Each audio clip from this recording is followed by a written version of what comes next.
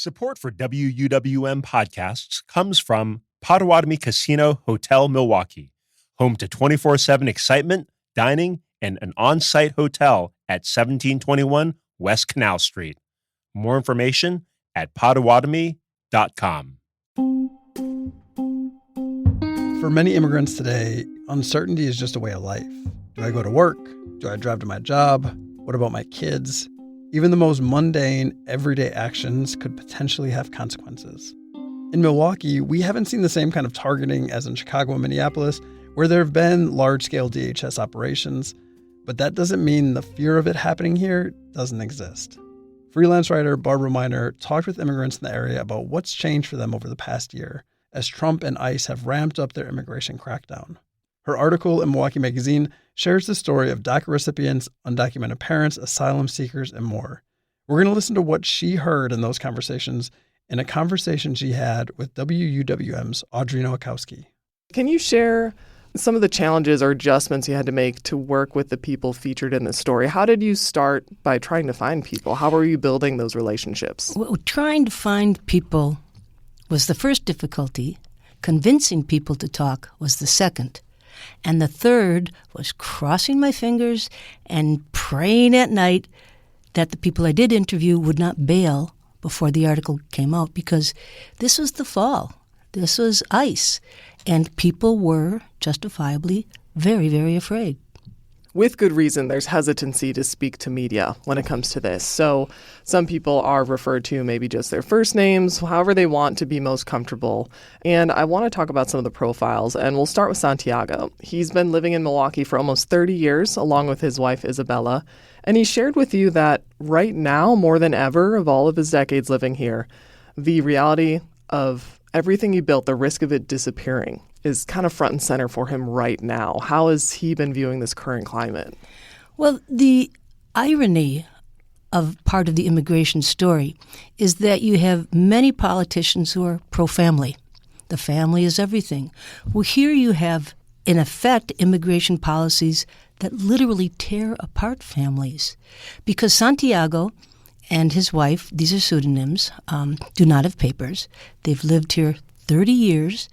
Their two children are DACA recipients, which means they're kind of in limbo, to use a Catholic term. They're neither permanently legal nor in, risk of being imminently deported.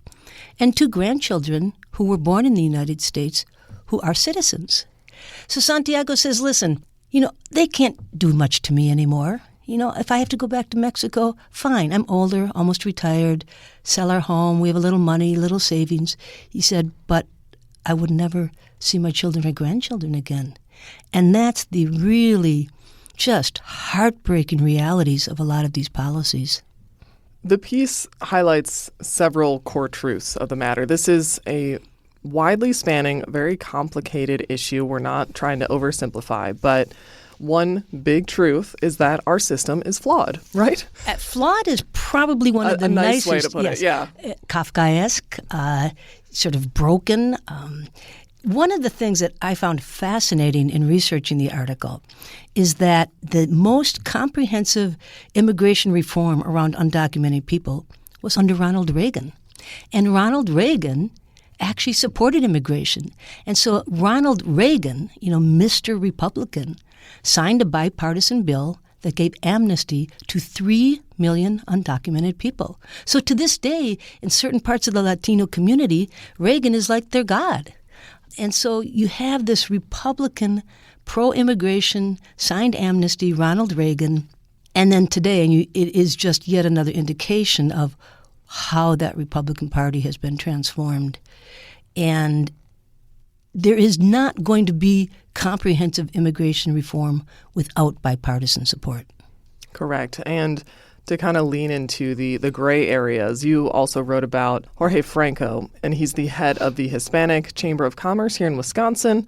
And he leans into there's this truth, then there's this, and this. So can you, while we're talking about the Republican Party and how that has either garnered support from the Hispanic community or not, Franco speaks on why there was an increased Hispanic vote for Trump in 2024. So can you share more kind of about the intricacies you were speaking with him? Well, some of the intricacies were off the record because one of the things that I found fascinating was I wanted to talk to some Latinos who voted for Trump. And I had some contacts and friends in the Latino community, and they said, yeah, sure, I'll find some. Yeah, I know someone.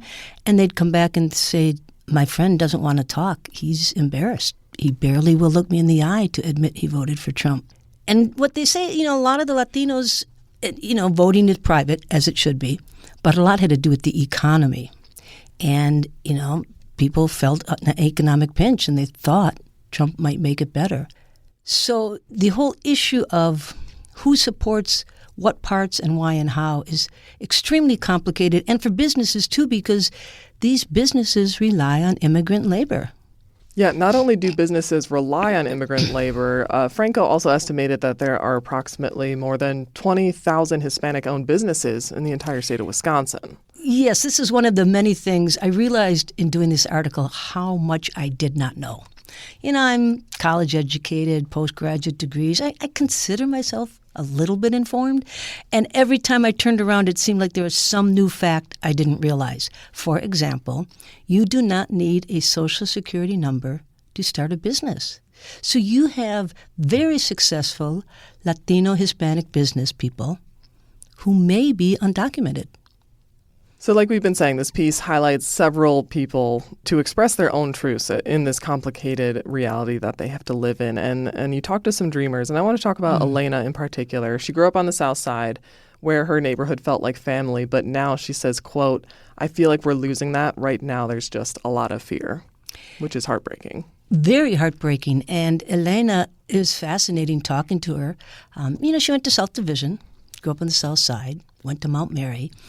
And she has a green card, which technically, and everything is technical and maybe an iffy right now, means she can, then apply for citizenship. Although in the last year, green cards have been revoked.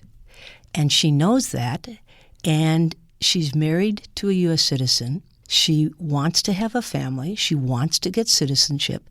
She said, yeah, I used to speak out more, but not right now. I can't take the risk.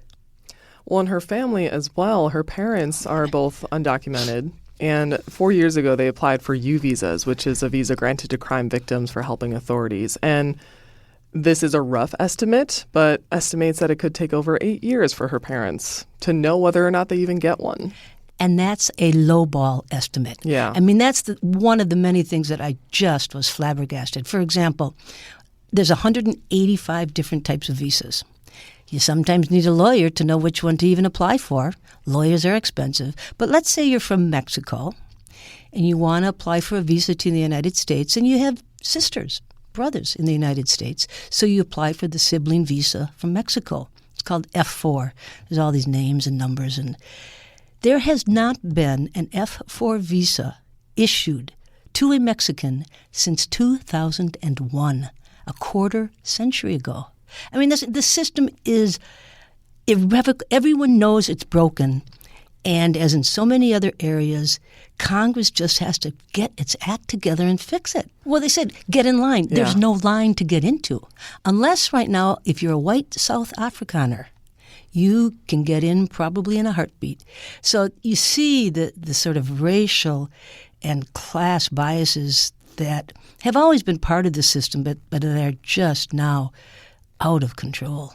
Well, on the note of the Afrikaners, one of many reasons someone may be staying in the U.S. is for asylum. And asylum applications and a lot of different type of visas, they have been decreased drastically under the current administration. And you share someone named Soraya's story. And she's only 28, but as you wrote, has already had a lifetime of experiences. Yeah. What's Soraya's background? Well, she's Afghani. So that then and there, she's had a complicated life.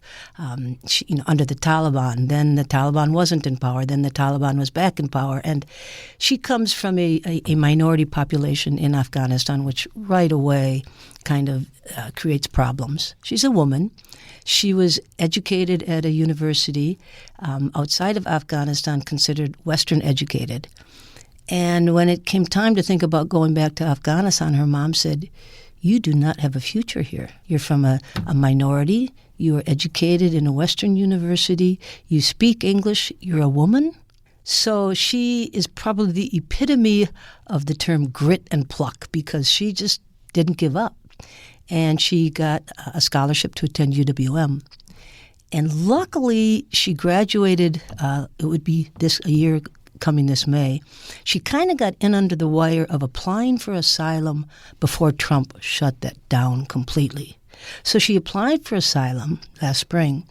When I interviewed her in the fall, she still did not even have an interview for when she could plead her case, let alone any clue whether she would be granted asylum. And what are her hopes in the long run? I mean, she talked about how difficult it is to be away from her family, not even have the option to go see them again, and ultimately one day would love to return home, but who knows when that would be. She misses her mother, I think, above all. And she has her hopes and her dreams, which would be the Taliban would be gone. She could return to Afghanistan. She could be with her family. But she also knows that that's probably not in the cards. There was a lot of work and effort, I'm sure, that went into this. Do you want to share anything that didn't make it to the page or, connections that didn't come through or just things that stood out? Maybe the tears as I tried. No, it was a very, very difficult article. It was interesting because I felt most concerned about Santiago and Isabella. They had the most to lose. And interestingly, I went with a good friend who's very fluent and bilingual. And he sat with me at the interview and, I recorded it. And the Milwaukee Magazine, to its credit, does fact-checking. They wanted Santiago's phone number to call him. And I said, I can't. I'm sorry. Because once a phone number goes into an email and, Milwaukee Magazine's part of Quad Graphics, I said, I just can't take that chance. And we went back and forth a little bit, and Chris Drosner, the editor, whom I like quite a bit, he understood in the end.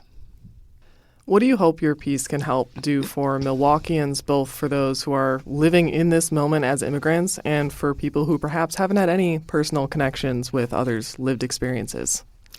Well, I think right now, understandably, the focus is on ICE. You have to prevent people from being snatched up off the street. But the real question is, how do we get to immigration reform? And there has to be, I think, Jorge from the Chamber of Commerce, he said, it's sort of like two prize fighters in a ring, and after a certain point, they just get tired.